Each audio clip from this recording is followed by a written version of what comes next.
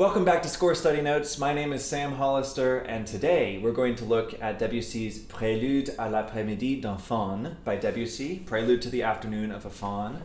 I have my trusty Dover score at the ready, and I think we should just get to it. I'm not going to be able to get to everything, but I'd like to focus on select moments of really rich harmonic color, moments where Debussy surprises us with his harmonic language. And I'd like to think about how those moments of harmonic surprise influence our understanding of the piece. For context, this is a piece that's based on a poem by Stéphane Mallarmé called Après-midi d'un faune, Afternoon of a Faun, in which a faun is awakening from an afternoon nap and is regaling us in a sort of monologue with the tales of his dreams. There's a line that we need to draw between what of these stories are actual things that he experienced and took place in his past versus what is just part of his dream that he just is waking up from. So the line between reality and dream is at the forefront of the nature of this poem's story. There's so much poetry to the way Debussy depicts the poem through the opening of this piece. Just listen to the opening flute solo.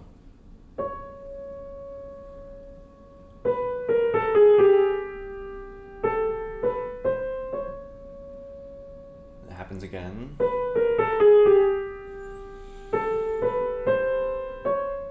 So in those first two measures, the solo flute, maybe representing the faun's consciousness, outlines a tritone between C sharp and G natural. It goes back and forth, this tritone that doesn't belong to a tonic triad like C sharp minor.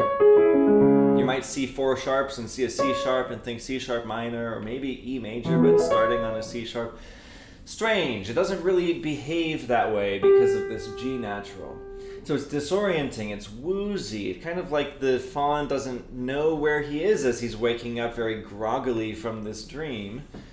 And the other thing I love about this opening motive is that it sort of implies two different structures of pitch on the way down and on the way up. On the way down, there's a lot of chromaticism, but if we just think about the structural notes, we have a whole step, a half step, there's another half step here, but a G sharp and then G natural. So if we think of the skeleton, maybe we could hear this octatonic scale descending. And on the way up, if we just play the skeletal notes, we hear a whole tone scale ascending. There's a B sharp as a sort of passing tone en route to the C sharp, but we might hear something octatonic and then whole tone on the way up. So two different structures of pitch logic that have nothing to do with the world of the diatonic, maybe in our ear at the opening of this piece. Then we get to measure 3. This is not whole tone, this is not octatonic, this is diatonic. This has to be diatonic because we have this collection of C sharp, D sharp, E eventually, and then B eventually. And those notes together don't exist in the octatonic or whole tone worlds. So if it's diatonic, what's our tonal center? What's our key? Well, maybe C sharp, it's the first one. C sharp minor. Do, re, sol, me. Sure, maybe. But then from this E, if we think of that as do, that would make sense too. Do, mi, so, do, mi, so. Nice tonic triad. So we enter the world of the diatonic from this groggy dream of disoriented, then the faun wakes. But there's still an element of distance from reality because we don't know what key we're in. We just know that it's diatonic.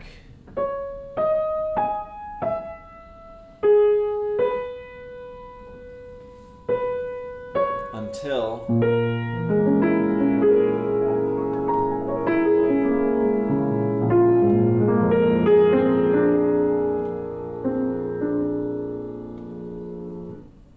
measures 4 and 5 give us something completely different. So for measure 4, the harmony is this A sharp or B flat half diminished 7th chord. The harp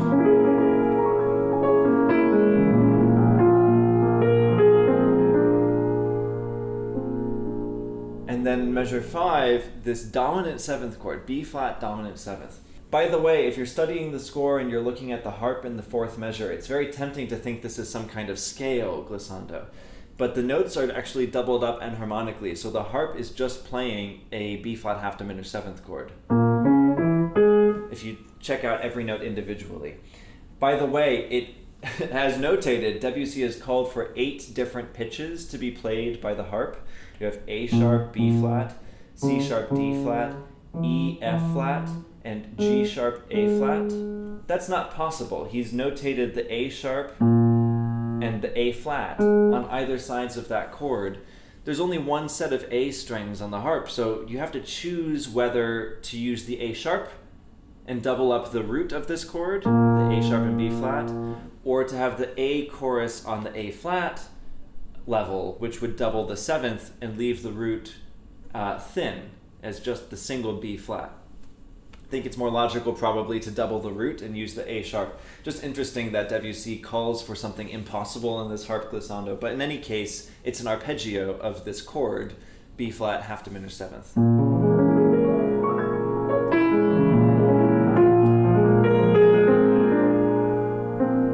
And that B flat half diminished 7th moves to a B flat dominant 7th chord. These two chords can't exist in the same tonal world. They're not part of the same key. If we pick any key on earth in the diatonic realm, it doesn't contain both chords. There's no logic that can connect them.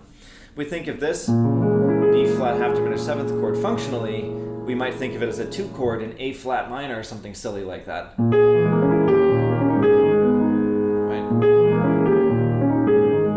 Or it could be a 7 chord in B major.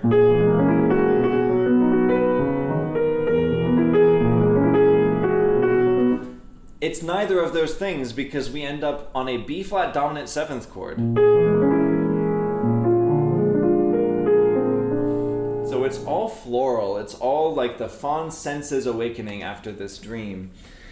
To me, there's something really poetic about the lift that takes place on those inner voices. We have the B flat half diminished 7th, and all that needs to move is the 2 voices in the middle need to move up a half step. So there's a lifting of the Faun from the world of the dream into reality. But there's a sort of irony to it as well, because the half diminished 7th chord is a bit colder. It's a bit more dissonant, right? You have the tritone inside the half diminished 7th. So there's a dissonance and a coldness, almost like the coldness of reality, perhaps. And the dominant 7th chord is full of expectation and wonder about what could come next. So if the lift of the voices represents the Faun awakening, yet the original chord was the reality and the second chord is the dream of what could be, then there's 2 different things happening at the same time. Like the Faun is technically waking up, but as he enters his monologue, he's giving us the dream. He's giving us the magical world that his brain spun for him during his nap. You can see, after all of this time, we've just talked about the first 5 measures, so I really need to pick and choose my battles for this video. I will say that the bridge from this opening phrase into rehearsal 1 is another incredible moment of magic. We repeat those 2 chords. To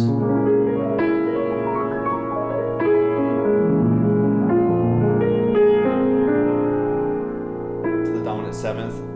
We freeze on the dominant 7th again.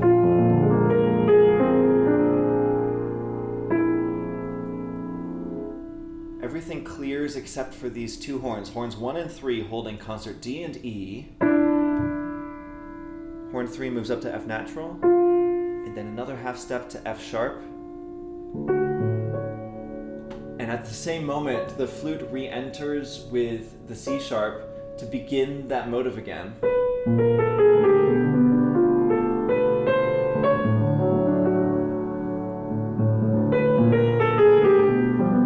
At the same time, we now have a D in the bass. Remember, we didn't have a tonal center in our ear when we heard this opening unaccompanied. And if we were pressed to come up with a tonal center, I would bet no one could think of D. because that first note would then be the major seventh of our key. And then we end on the fourth scale degree. It's sort of hard to imagine that from nothing, but here at Rehearsal 1, as though it's a revelation, we're given the answer to the riddle, which is D. From Rehearsal 1, there are even more lifts. This cello line, A sharp, B, back to A, and again lifting.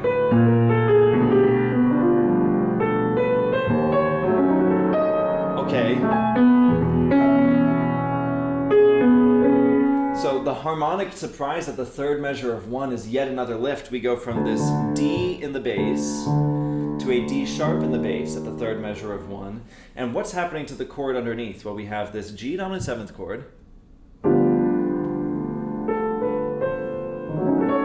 to a D sharp half diminished 7th chord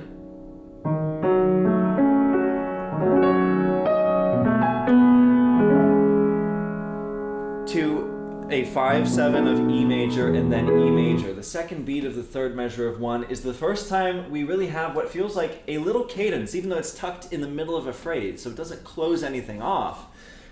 But we stabilize with 5-7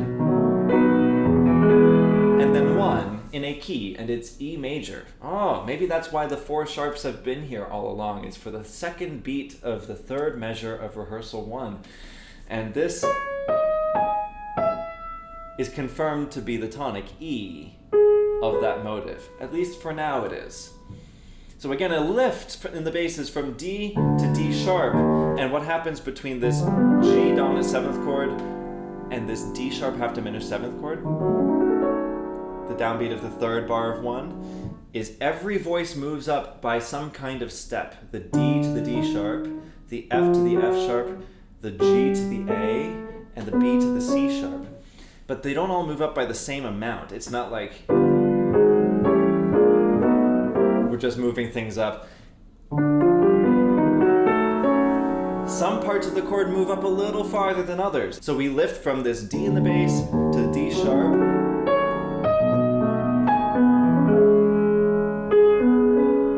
And then another lift in the bass to the E sharp. It's a C sharp dominant 7th chord in first inversion. And then suddenly A sharp dominant 7th. So how do we do that? From the fourth measure of 1, we have C sharp dominant 7th. And then an A sharp dominant 7th afterward. The relationship is a minor third apart. We have a C sharp dominant 7th and then an A sharp dominant 7th. Now when we move them in root position, it feels like they're far away. But when we move as few notes as we need to and keep the voicing close, we see how Debussy makes this magic work.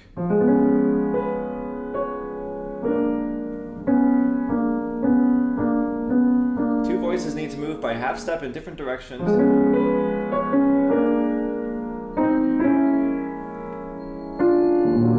And we think for a moment we're going to get a D sharp minor chord on the downbeat of the 5th bar of 1.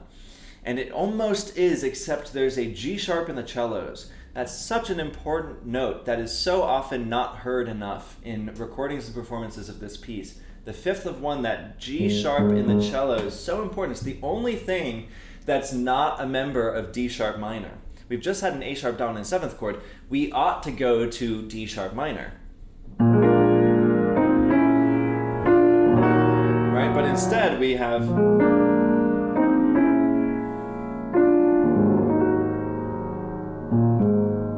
instead of A sharp, the cellos have G sharp.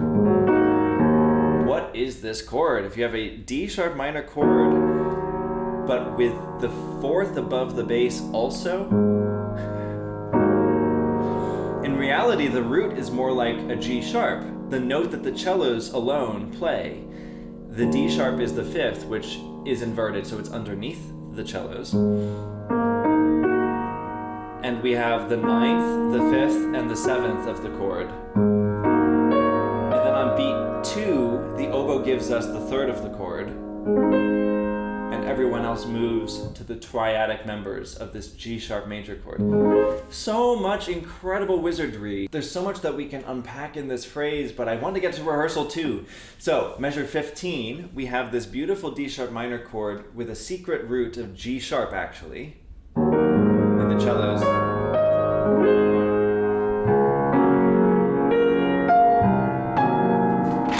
Measure 16, where a G sharp dominant 7th chord turns to a B French augmented 6th chord, and then an A dominant 7th chord in measure 17, 4 before 2. How? Because G sharp dominant 7th at the beginning of 5 before 2 only needs to move 3 notes, each by 1/2 step, to get to the B French augmented 6th chord. And this is the running theme of this piece in Debussy's pitch language. He takes a perfectly functional chord like this G sharp 6/5, 5 before 2, and just moves some notes around to get another chord from a completely different diatonic field. These 4 bars leading into rehearsal 2 are some of Debussy's most expressive. They have these really clearly written ebbs and flows of longing in the 2nd bar before 2, for instance, of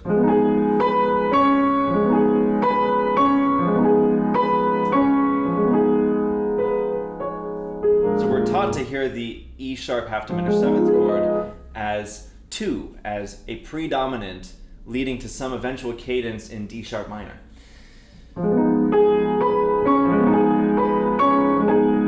then 1 before 2, we freeze on that 2 chord.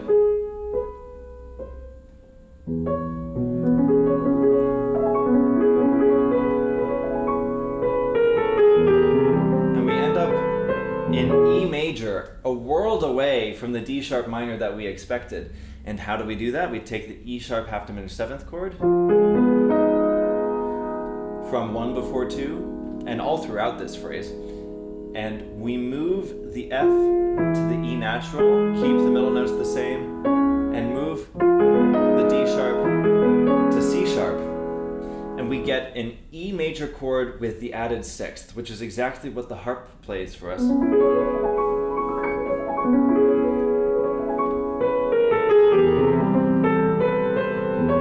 And then despite that added 6 of C sharp,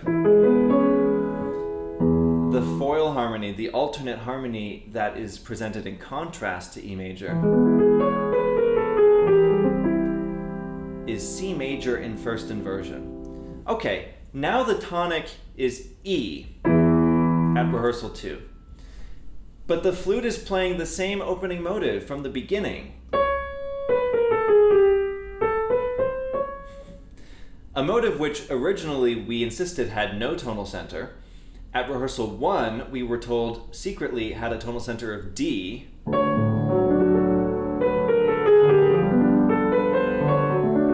But here at rehearsal 2, we're finally being told that it has a tonal center of E.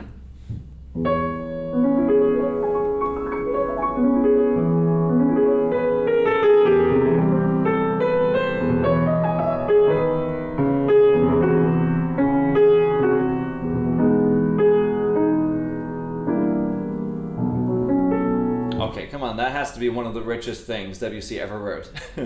So the 2nd bar of 2, we have this fall in the seconds and violas between G sharp, B, D sharp, the 3rd, 5th, and 7th of this E chord, down all a half step, and another half step, arriving at an F sharp minor chord but with a B in the bass. So it's a B dominant 7th at the 3rd bar of 2 with a 9th on top. But listening to those inner voices, at the same time as the flute has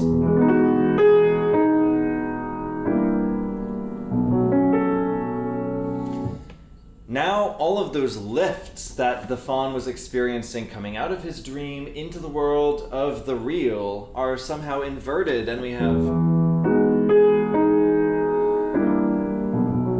as if the faun were to say, oh, I'd rather be dreaming.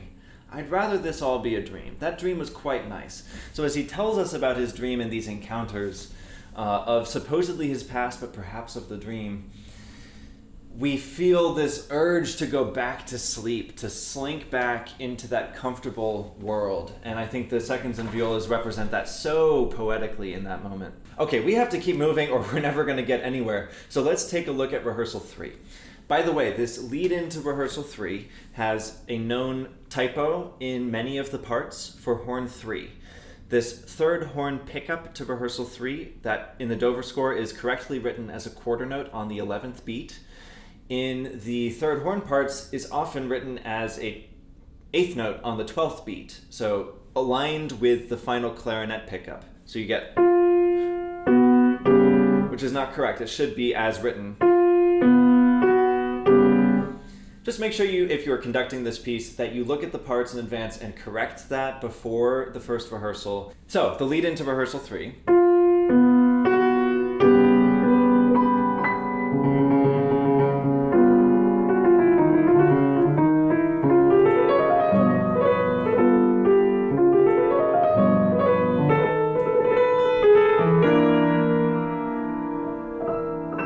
And then the music repeats up a minor third from what we had just heard at rehearsal 3.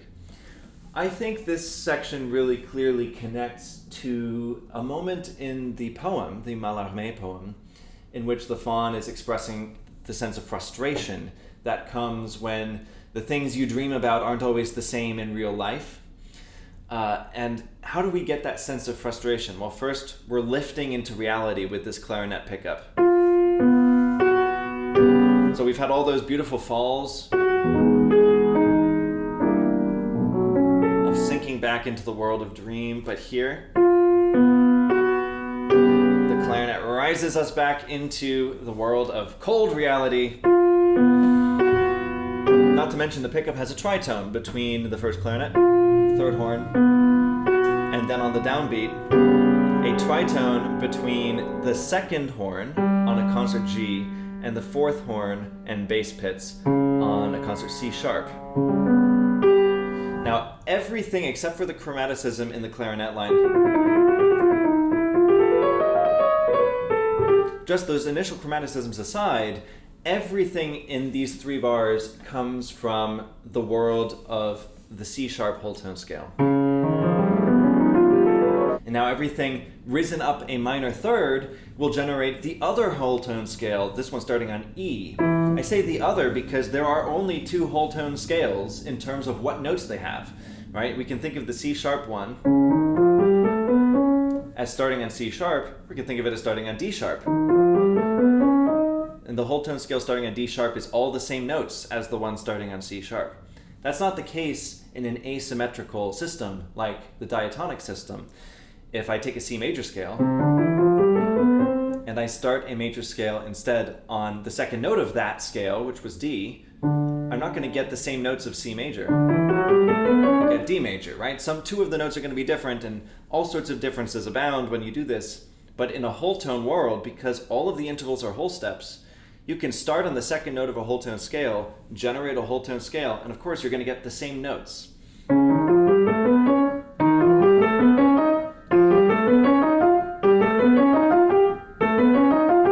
Reminding me that I should have practiced my whole tone fingerings when I was a serious pianist. So there are only 2 whole tone scales. There's the option where you start on one of those 6 notes, or the option where you start on one of the other 6 notes. So when we move up a minor third from rehearsal 3 to the 4th of rehearsal 3, it might feel like a sort of arbitrary distance to move, but because it's a half step away from a whole step, we've gone up a whole step and a half step, that extra half step means we're in the world of the other whole tone scale. So from the 4th bar of rehearsal 3, we have the same kind of frustration with these sort of wandering whole tone, disoriented phrases in the clarinet and then the flute just before rehearsal 4, but it's all on the other whole tone scale. So we kind of get a full generation of all of the different colors of frustration, and then everything melts away into dream again at rehearsal 4. How do we know it's dream? Because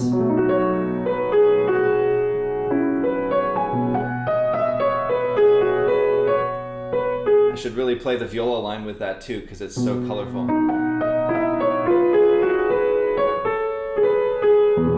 Because here at the third measure of 4, listen to the seconds and cellos.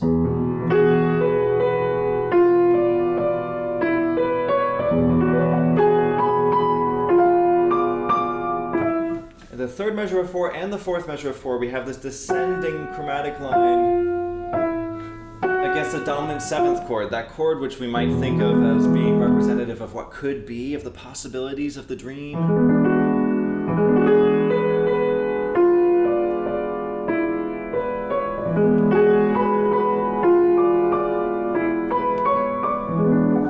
So colorful, and this psychoanalytically rich sense of the fall, of sort of descending, maybe even descending into sin, if we want to take it one step further and think about what the Mallarmé poem's content is actually about, as sensual as it is.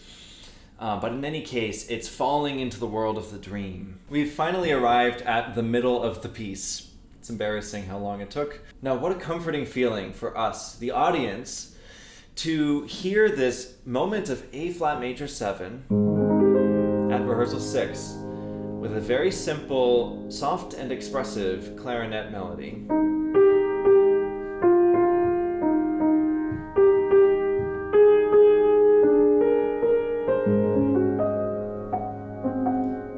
To simply move that G down to G flat to get an A flat dominant 7th chord, okay?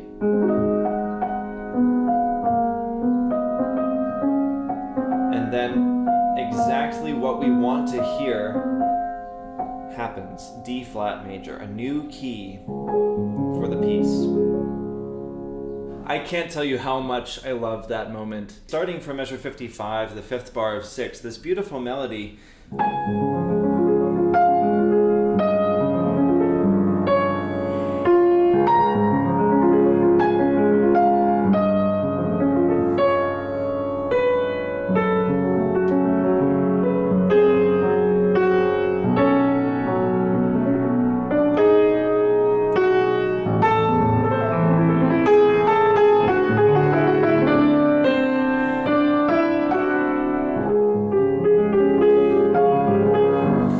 just magic.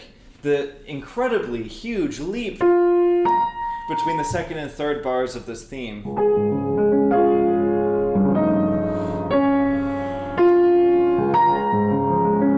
And almost as if to respond to the melody, making this huge aspirational leap, the harmony surprises us.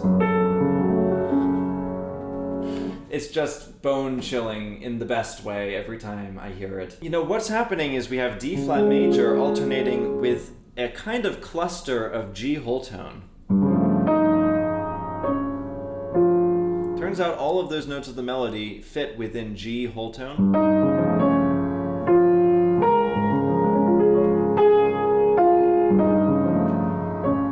But Debussy's voicing of this whole tone idea is to have the G in the bass with a D flat augmented triad above it.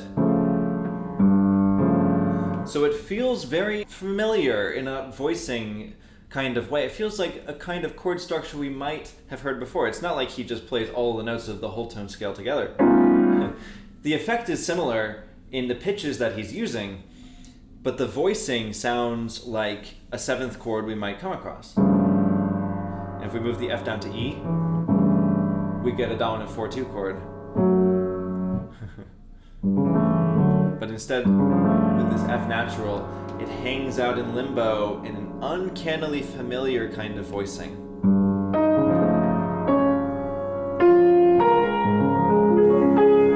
And the bass line is alternating between D flat and G, that woozy or disoriented tritone that the flute gave us in the opening. In fact, the exact same 2 pitches, C sharp and G, here D flat and G, same pitches.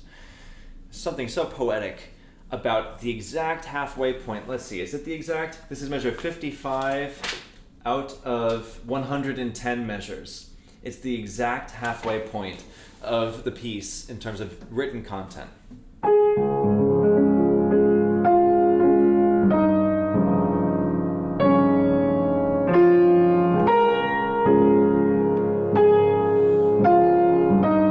such an exclamation from the melody. The harmony responds. This F sharp minor chord coming from this G plus D flat augmented triad actually makes a lot of sense. Two notes need to move by half step, the G and the F, out to F sharp and F sharp. But we have a melody that really reached for this B flat at the top. And with that B flat still in our ears, the melody has to collapse down to an A natural, from a B flat on top to an A natural underneath. So incredible garish brightness and then cold darkness. And then from here, the seconds and violas begin to unearth us from this darkness.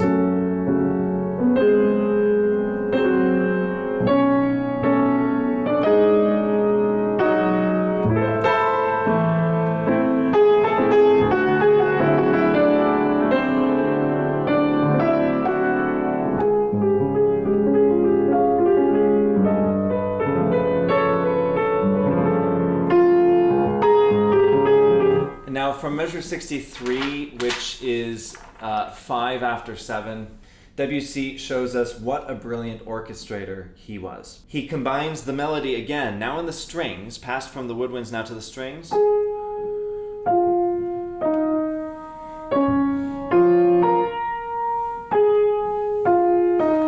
And this time, by the way, keeps the B flat, and we get a major 4 chord instead of the minor.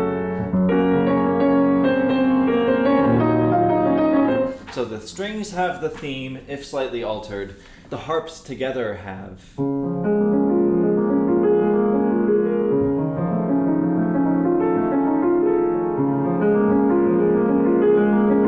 This running passage of 16th notes, and against all of that, we have triplets in the winds.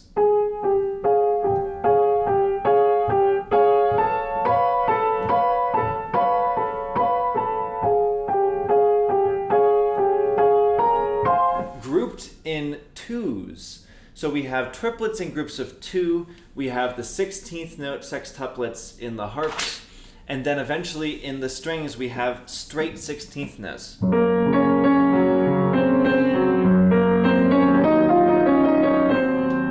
some sextuplets. Recently we at the St. Louis Symphony had Stéphane Deneuve conduct this piece, and he took a slightly slower tempo that really allowed every detail of these cross relations to come through clearly so we could perceive it, but without losing the life of the line in the melody. It was one of the most magical things I've ever heard. So I certainly will try this myself at a slightly slower tempo when I get the chance to see if we can generate that feeling of letting all of the layers lock together. After this middle theme is over, in measure 74,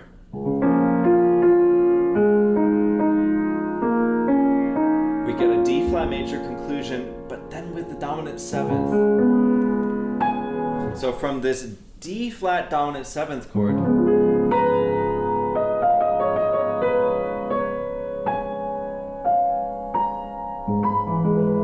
he produces that old tonic of E major, just moving voices around, as we've seen so many times, right? We have D flat dominant 7th. All we have to do to get to E major is move the D flat down a whole step, move the F down a half step. 2 different kinds of falling happening at the same time as the melody resolves up. So very beautiful confluence of connotations in this dramatic reveal of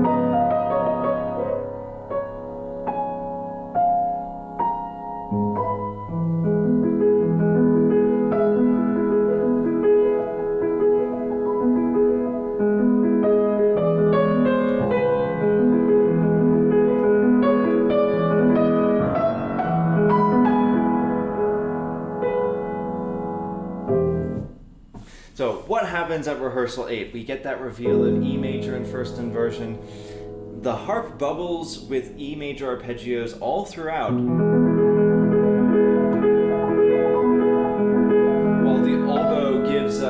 this opening motive, but transposed now to begin on E and to end only a fourth away. There's no tritone now. Now there's sort of no disorientation about living in the dream. There's only a confidence and a comfort of living in the dream. And that's accomplished by removing the first whole step and turning it into a half step. The harp never changes this E major chord. We get different colors from the motion of the bass line. We have the second cellos and the basses on a G sharp. Flute. I think I said oboe, I meant flute.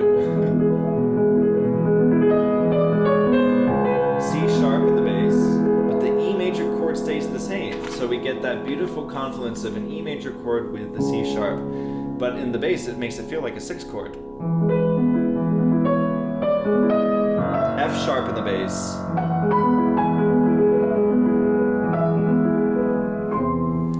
By the 5th measure of 8, we've arrived finally at our first truly different harmony. The harp cuts out, and instead we get a C major chord in first inversion. So from that final measure before this, the 4th measure of 8, we have, with the F sharp in the bass,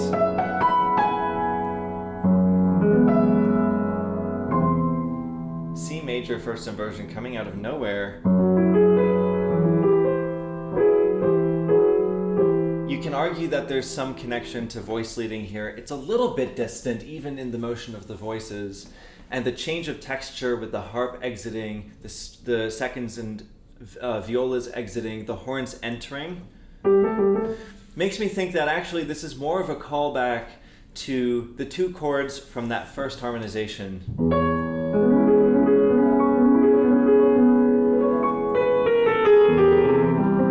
We had a C first inversion chord as the foil harmony to this E major tonic. So I think it's more a reference to that effect than it is anything happening of novel mechanic in this very moment. But we do have this 5th measure of rehearsal 8.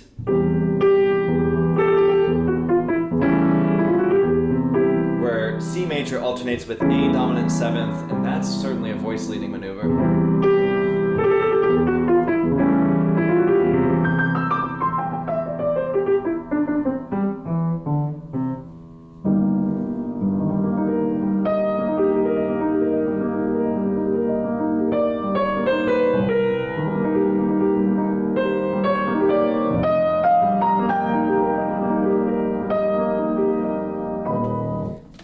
Music now repeats down a half step from what we heard at rehearsal 8.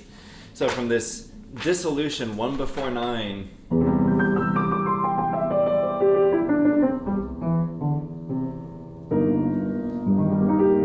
C major first inversion travels to E flat major in first inversion. And again, I don't think that this is about voice leading or tonal function or anything. I think this is a slinking back into this dream world, but even lower by a half step from what we had at rehearsal 8 in E major.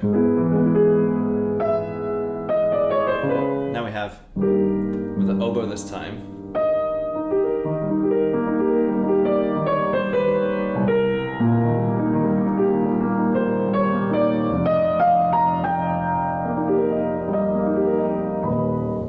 I'll say one thing about these harp passages.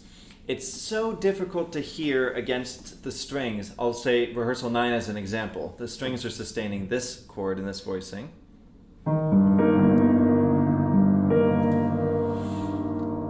Even if they play very quietly, it's very hard to hear the lowest notes of the harp arpeggios in the first and second beats of rehearsal 9. That B flat 2 and the E flat 3.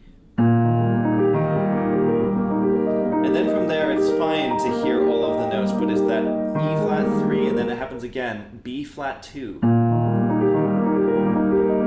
Now, the reason I think that's so significant is because the 3rd measure of 9, and this is the same case in the 3rd measure of 8, that B flat 2 at the bass, the lowest note of the harp, is against these 2 notes of the basses, the C. So in the bass octave, that serves as the foundation of us having moved from a 1/6 chord to some kind of 6 chord. In that bass foundation of C's that establishes the sixth chord, the harp actually meddles with them and plays a B flat in the middle of that foundation.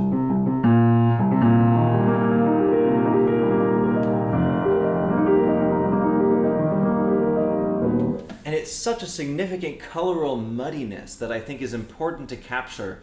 And I think it requires the harpist playing a little bit more on those especially lowest two notes of their arpeggios. I'll say one more thing at the end that's a moment of absolute magic that can't be passed over. From Rehearsal 11, we have a C sharp dominant seventh chord over G sharp, so a second inversion C sharp dominant seventh chord.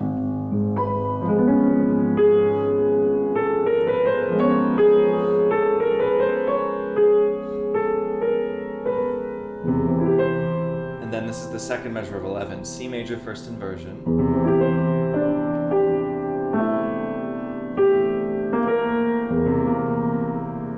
So with that B flat passing through, we understand this to be a C dominant seventh chord.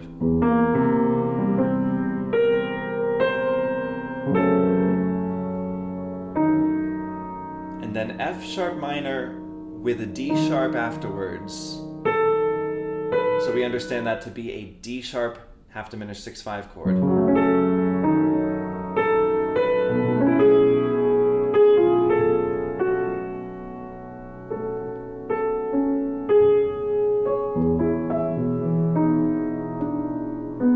And we arrive at the final phrase. The moment in the third measure of 11, from the downbeat to the second beat, is my favorite moment in Debussy's music. I just have to put that out there, where we get from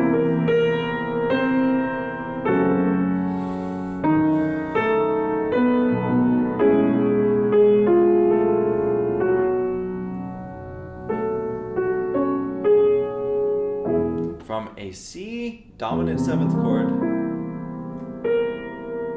to a D sharp half diminished seventh chord. I am taking the liberty of thinking of the D sharp at the end of the third measure of 11 as part of the chord because it's revealed to us late the same way that the B flat is revealed to us late in the C chord. Then it's revealed. And then the D sharp is revealed for the second chord. I think of them all grouped together as seventh chords. We have a C dominant seventh chord and a D sharp half diminished seventh chord. Every note of those seventh chords is related to every note of the other seventh chord by 1/2 step of motion, but the quality of the chord exchanges from dominant to half diminished. This is one of the only examples that I know of in the standard orchestral repertoire of a sort of textbook perfect octatonic pole.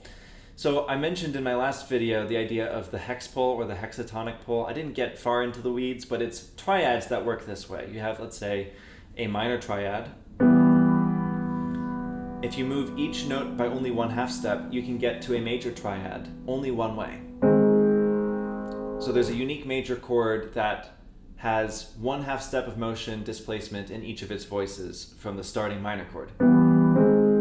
And those triads are called hexatonic poles because if you think of a hexatonic collection where we move notes only one voice at a time by 1/2 step, you can get to a major chord, then a minor chord, then a major chord. And that's the hex pole, then a minor chord, then a major chord, and a minor chord by alternating parallel relationships and leading tone exchanges. Parallel, leading tone, parallel, leading tone. There's so much to talk about here I'm glossing over if this is confusing, but the point being that these two chords are called hexatonic poles by some theorists because they exist on opposite sides of that hexatonic cycle of harmonies. 6 chords only using 6 notes that wind back up where you started. And then back home. Halfway around is the unique chord where all of the voices have moved by 1/2 step. The same thing can be done in the world of 7th chords, where the poles or the two qualities of harmony are dominant sevenths and half diminished sevenths, instead of, in the case of the triads, major and minor. And if we think of an octatonic scale, that alternates half step and whole step, those 8 notes can generate 8 chords that sit in similar relationships, and the opposite sides of that 8-chord ring would be called the octatonic poles, and they would be the chords C dominant seventh and D sharp half diminished seventh. Maybe I'll make an entire video about the octatonic world sometime so we can understand more about how these relationships between seventh chords work. But the point is that the octatonic poles are the 2 unique dominant and half diminished chords whose voices are all 1/2 step apart from each other in different directions. So we have, and how close can those chords be? I mean, that's as close as 2 chords can be to each other without sharing notes. But they're not in the same tonal world at all. I mean, think about C dominant seventh. Maybe we're going to F major, maybe F minor. Maybe it's a German omitted 6th chord. Then we're going to E minor. All sorts of options, but none of them include D sharp half diminished 7th chord. Very strange to think about those 2 chords in the same tonal sphere. But after making that one magical adjustment, Debussy takes us through the tonal world implied by that half diminished 7th chord.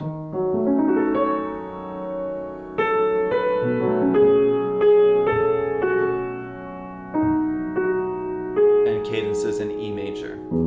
The key in which that half diminished 7th chord would be the 7th chord. So again, from the second bar of 11,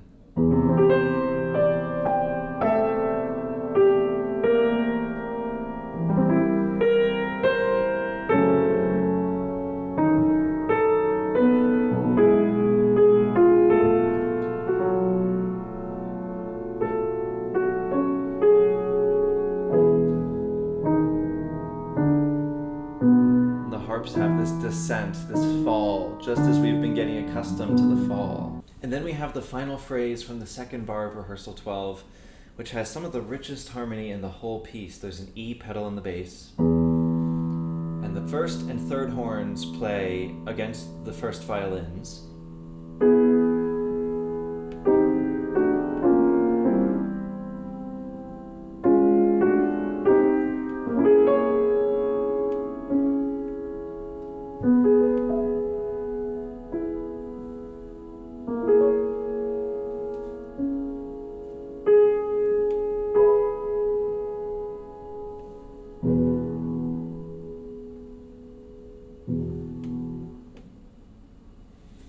It just dissolves away from this beautiful relationship between an A sharp half diminished 7th chord and an E major triad, which is revealed to be the true tonic of the piece after all, and the final harmony that we hear. A sharp half diminished 7th doesn't belong so easily in the key of E major. I mean, you could think of it as 7 half diminished 7 of 5.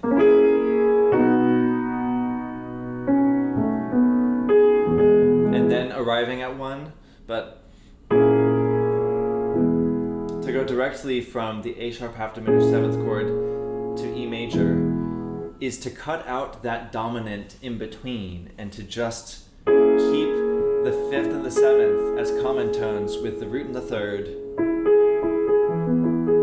of the home chord. And against that, to enjoy the tritone traveling from A sharp to E. Of course, there's also a little sense of it moving up a half step to get to the 5th, but there is nevertheless a tritone between that A sharp and the root of the home chord of E. The tritone ending the piece the same way that it began it, but it's that phrase in the second bar of 12 that really sticks in my ear after the piece is over. It's this.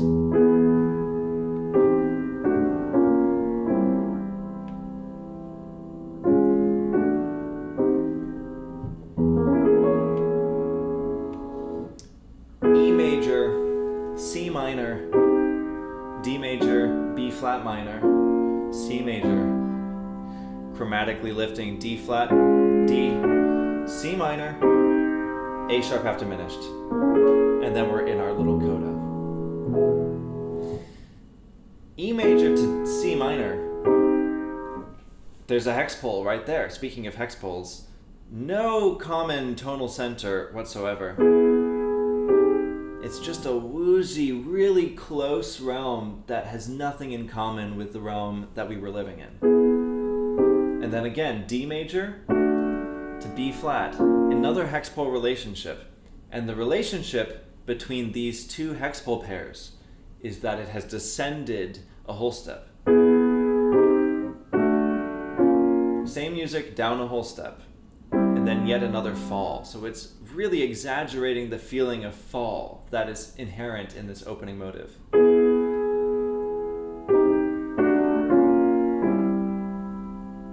As I said, we recently did this piece with the St. Louis Symphony Orchestra, and Stéphane Deneuve was the conductor. And I often talk with the conductors about balance feedback from listening in the hall. And I mentioned I come up and give all of my balance feedback, and he takes it all down and he's listening, and then he just says, "Isn't this perfect music?" And at first I thought he was saying, "Isn't everything perfect? We don't need to do anything for the balance." But no, he was saying, "Isn't this music just perfect?" And I agree. There's not a note I would want to change in this piece. That's it for today. I'm not sure how long this video ended up being, but I'm pretty sure it's been quite a long time. So thank you for watching all the way through to the end if you made it. Please leave a like, a comment with ideas for videos you might like to see in the future, and of course subscribe if you enjoy this channel. Share it with your friends who might also enjoy it, and I'll see you next time.